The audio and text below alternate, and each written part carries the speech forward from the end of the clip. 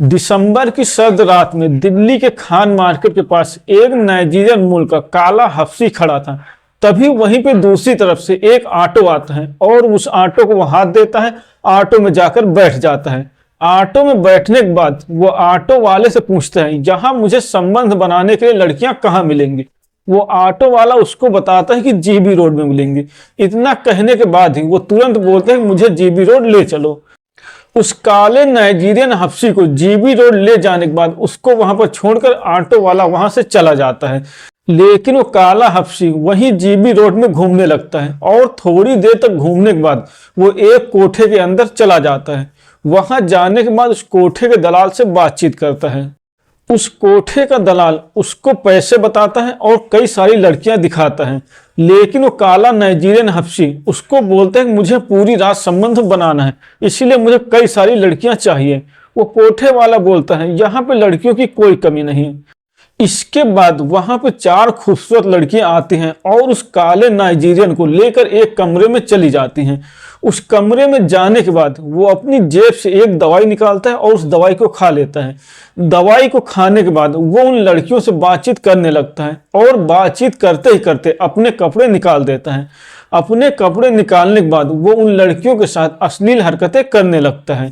थोड़ी देर तक अश्लील हरकतें करने के बाद वो शारीरिक संबंध बनाने के लिए तैयार हो जाता है और उसके ऊपर उस दवाई का असर होने लगता है। जब वो काला हफ्सी शारीरिक संबंध बनाने के लिए तैयार हो जाता है तो एक लड़की के साथ शारीरिक संबंध बनाना शुरू कर देता है। थोड़ी देर तक तो वो आराम से शारीरिक संबंध बनाता है, लेकिन उसके बाद उसके ऊपर दवाइयों का असर होने लगता है और वो पागलों की तरह, राक्षसों के जैसे उस लड़की के साथ शारीरिक संबंध बनाने लगता है। वो लड़की उस काले हफ्सी को बर्दाश्त नहीं कर पाती, इसीलिए वो चीख रही थी, चिल्ला रही थी। उसके चीखने और चिल्लाने की आवाजें सुनकर, उसकी हालत देखकर जो बाकी की 3 लड़कियां थी वो कांपने लगती हैं। वो काला राक्षस उस लड़की के साथ बहुत ही दर्दनाक तरीके से शारीरिक संबंध बनाता है और उसकी हालत खराब कर देता है। जब उस लड़की की हालत खराब हो जाती है तो वो उसको छोड़ देता है और दूसरी लड़की के साथ शारीरिक संबंध बनाने लगता है और थोड़ी देर में उस लड़की की भी हालत खराब कर देता है। ऐसे ही एक के बाद एक वो चारों लड़कियों के साथ शारीरिक संबंध बनाता है और उन सबकी हालत खराब कर देता है। वो काला हफ्सी दवाइयों के नशे में पूरी रात ऐसे ही उन लड़कियों के साथ शारीरिक संबंध बनाता रहता है। दोस्तों, जब सुबह होती है तो चारों लड़कियां अपने बिस्तर से उठ नहीं पाती, क्योंकि उनके साथ उसने इतनी दर्दनाक तरीके से शारीरिक संबंध बनाए थे। लेकिन वो काला हफ्सी आराम से उठकर वहां से चला जाता है। नमस्कार दोस्तों, मैं हूं राजन यादव। आप सभी का स्वागत करता हूं अपने YouTube चैनल पर एक नई कहानी के साथ। आशा करता हूं आप सभी लोग स्वस्थ होंगे और अपने परिवार वालों के साथ मस्त होंगे। दोस्तों, कहानी में आगे बढ़ने से पहले आप सभी लोगों से एक छोटी सी रिक्वेस्ट है। अगर आपने अभी तक हमारे चैनल को सब्सक्राइब नहीं किया तो चैनल को सब्सक्राइब कर लीजिए और वीडियो को लाइक कर दीजिए। तो चलिए कहानी को शुरू करते हैं। दोस्तों, ये सच्ची कहानी राजस्थान के धौलपुर जिले की। धौलपुर जिले के एक गांव में एक परिवार रहता था।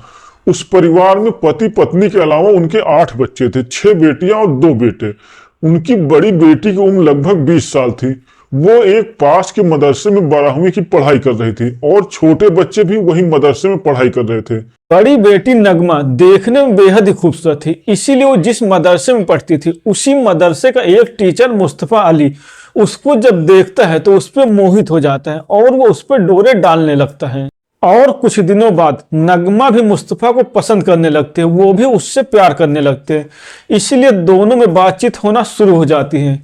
जब दोनों में बातचीत शुरू हो जाती है तो दोनों बाहर मिलने लगते हैं, साथ साथ घूमने लगते हैं और बाहर खाते पीते मौज मस्ती करते थे। दोनों के घूमने मौज मस्ती करने का सिलसिला कई दिनों तक चलता रहता है। कई दिनों के बाद एक दिन मुस्तफा नगमा से शारीरिक संबंध बनाने के लिए बोलता है। नगमा भी उसको मना नहीं कर पाती, क्योंकि वो उससे प्यार करती थी और उसको नाराज नहीं करना चाहती थी। इसीलिए वो भी शारीरिक संबंध बनाने के लिए तैयार हो जाती है।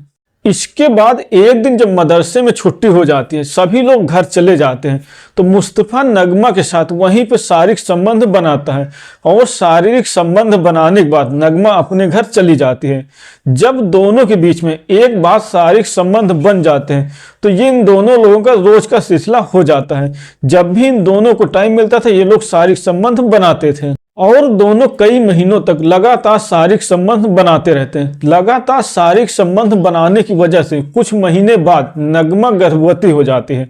जब ये बात उसकी अम्मी को पता चलती है तो वो नगमा की बहुत पिटाई करती है और सबसे पहले उसका मदरसे जाना बंद करवा देती है। इसके 2-3 दिन बाद नगमा की अम्मी नगमा को पास के नर्सिंग होम में ले जाकर उसका गर्भपात करवा देती है। उसके बाद नगमा अपने घर में ही रहने लगती है, लेकिन उसका मन मुस्तफा से मिले बिना नहीं लग रहा था। इसीलिए एक दिन जब उसको मौका मिल जाता है तो वो अपनी अम्मी की फोन से उसको फोन करती है और उसको बोलती है ऐसे तो हमारा निकाह हो नहीं पाएगा, क्यों ना हम लोग कहीं यहाँ से भाग चलते हैं। ऐसे कुछ दिन तक बातचीत करने के बाद दोनों प्लान करते हैं और एक दिन मुस्तफा नगमा को लेकर उसके घर से दिल्ली आ जाता है। दिल्ली आने के बाद दोनों एक जगह रूम लेते हैं और चुपचाप वहीं पर रहने लगते हैं। 2 महीने तक सब कुछ अच्छे से चल रहा था, क्योंकि नगमा अपने घर से काफी पैसे लेकर आई थी और अपनी अम्मी के जेवर लेकर आई थी। लेकिन 2 महीने बाद जब दोनों के पैसे खत्म होने लगते हैं तो दोनों के बीच में बहस होने लगती है, क्योंकि मुस्तफा कोई काम नहीं करता था और उसके पास जो पैसे थे वो खत्म हो रहे थे। इसीलिए नगमा उसको काम करने के लिए बोलती थी। जब नगमा उसको काम करने के लिए बोलती थी तो वो नगमा को मारता था। ऐसे ही मारपीट का सिलसिला कई दिनों तक चलता रहता है। कई दिनों के बाद एक दिन मुस्तफा नगमा से बोलता है कि जब तक मेरी नौकरी नहीं लगती तब तक हम लोग मेरी मौसी के घर पर रह सकते हैं। ये बात सुनने के बाद नगमा भी तैयार हो जाती है कि ठीक है, जब तक तुम्हारी नौकरी नहीं लगती तब तक हम लोग वहां पे रह लेते हैं। दोस्तों, इसके अगले दिन मुस्तफा नगमा को लेकर अपनी मौसी के घर आ जाता है, लेकिन उसको मौसी के घर में छोड़ने के बाद कुछ सामान लाने का बहाना करके वहां से बाहर चला जाता है। नगमा काफी देर तक इंतजार करती रहती है, लेकिन जब वो काफी देर तक नहीं आता तो वो उसकी मौसी से पूछती है कि मुस्तफा अभी तक क्यों नहीं आया। तो वो औरत बताती कि मैं उसकी मौसी नहीं हूं, वो तुमको यहाँ पर बेचकर चला गया है, अब वो कभी नहीं आएगा। ये सुनने के बाद नगमा को तो मानो चक्कर आ जाता है। वो चुपचाप अपना सर पकड़कर वहीं बैठ जाती है। दोस्तों, इसके बाद वो औरत नगमा को लेकर कोठे पे आ जाते हैं और उसको जबरदस्ती जिस्म फरोशी के धंधे में लगा दिया जाता है। उससे जबरदस्ती धंधा करवाया जाने लगता है। दोस्तों, नगमा को लगभग उस कोठे में धंधा करते हुए 6 महीने का समय बीत जाता है। 6 महीने बाद एक दिन उस कोठे में एक नाइजीरियन मूल का काला हफ्सी आता है और उस कोठे की 4 लड़कियों के साथ में बहुत ही दर्दनाक तरीके से शारीरिक संबंध बनाता है। उन 4 लड़कियों में नगमा भी शामिल थी। वो काला नाइजीरियन हफ्सी नगमा के साथ पूरी रात बहुत ही दर्दनाक तरीके से शारीरिक संबंध बनाता है और उन 4 लड़कियों की हालत खराब कर देता है। लेकिन उस नाइजीरियन को पता नहीं नगमा में ऐसा क्या मिल गया था। वो जब सुबह होती है तो उस कोठे के दलाल से बात करता है और नगमा को पूरे 1 हफ्ते के लिए अपने होटल के कमरे में लेकर आ जाता है।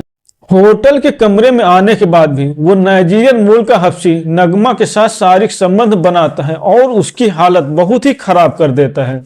लेकिन उस होटल में रहने के दौरान ही नगमा को मौका मिल जाता है। वो वहां से बाहर निकल आती है और भागकर अपने घर पहुंच जाती है। जब अपने घर पहुंचती है, अपनी अम्मी को अपनी सारी दर्द भरी कहानी बताती है। उसकी हालत देखकर उसकी अम्मी उसको माफ कर देती है और अपने घर में ही रख लेती है। दोस्तों, इसके बाद नगमा अपने घर में रहती तो है, लेकिन वो गुमसुम सी रहती थी, अपने आप में ही खोई रहती थी, क्योंकि उस कोठे में उसको जो जख्म मिले थे वो शायद उसकी जिंदगी में कभी भर पाए।